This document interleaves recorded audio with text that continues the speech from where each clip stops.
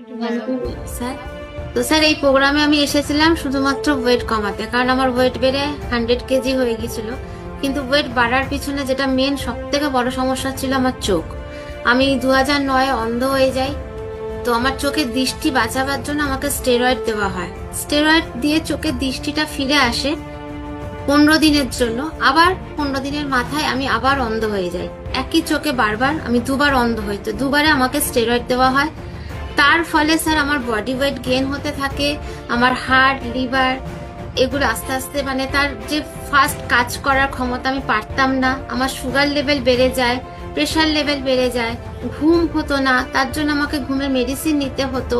আমার creatine level high হয়ে যায়, আমার জল খাবার রেস্ট্রিকশন চলে আসে, আমার লিভার ফাংশন স্যার খারাপ হতে থাকে, মানে পটি হলে আমার ব্লাড বেরোতো। তো সেই জায়গা থেকে মানে আমি লড়ছিলাম। কিন্তু 2018-তে এসে স্যার আবার সমস্যা হলো যে আমার চোখ থেকে জল পড়ছে, চোখটা খুব চুলকাচ্ছে আর লাল হয়ে যায়। আমি ভাবলাম যে আবার বোধহয় আমি অন্ধ হয়ে যাব। তো আমি আবার ভিজিট করি। সেইখানে বলে চোখের নার্ভগুলো আমার একদম শুকিয়ে গেছে, চোখে ইঞ্জেকশন দিতে হবে। আমি চোখে ইঞ্জেকশন দিতে গিয়েছিলাম স্যার, কিন্তু এতটাই নার্ভটা শুকিয়ে যায়, ইঞ্জেকশন পুশ করা যায়নি। 3বার ট্রাই করার পর চোখটা ওই রকম কনজাক্টিভাইটিস হয়ে যায়। তখন তারপরে লকডাউন হয় স্যার, আমার আর যাওয়া হয়নি। তো আমি ভেবেছিলাম চোখটা আর আমার ভালো হবে না। তো কমসে কম ওয়েট কমাবার চেষ্টা করছিলাম, কারণ আমি আর পারছিলাম না। এত কষ্ট, এত কিছু, সবকিছু ট্রাই করার পরও মানে বেঁচে থাকার ইচ্ছেটা মরে যাচ্ছিল।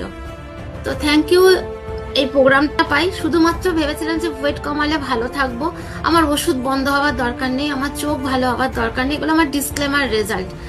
তো আমি ওয়েট কমাবার সাথে সাথে স্যার আমার এই চোখের সমস্যা, যেটা আমার মানে সব থেকে বড় কষ্ট, মানে যেই চোখের জন্যই আমার আজকে ওয়েট বাড়া, এত মেডিসিন, এত কষ্ট, এত কিছু, সবকিছু চ্যালেঞ্জ।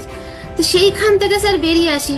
প্রবলেমটা সলভ হচ্ছিল বুঝতে পারছিলাম, কারণ চোখে জল পড়াটা কমছিল, স্কিনে বসতে পারতাম। আর রেস্ট্রিকশন ছিল স্যার, এর জন্য আমি ফোন ঘাঁটতে পারবো না, সেলাই করতে পারবো না, টিভি দেখতে পারবো না, ম্যাগাজিন পড়তে পারবো না। রান্না করতে গেলে চোখটাকে এরকম ঘুরিয়ে রান্না করতাম। রুটি করিনি স্যার 10 বছর আমি, কারণ রুটি করতে গেলে যে এরকম ভাবে বেলতে হয়, আমার চোখটা কষ্ট হতো, চোখ থেকে জল পড়তো, আমার মা রুটি করে পাঠাতো। তো আমি জানলাম চোখে যখন জল পড়াটা আমার কমেছে, তাহলে হয়তো কিছু বেটার হয়েছে। আমি আবার ডক্টর ভিজিট করি।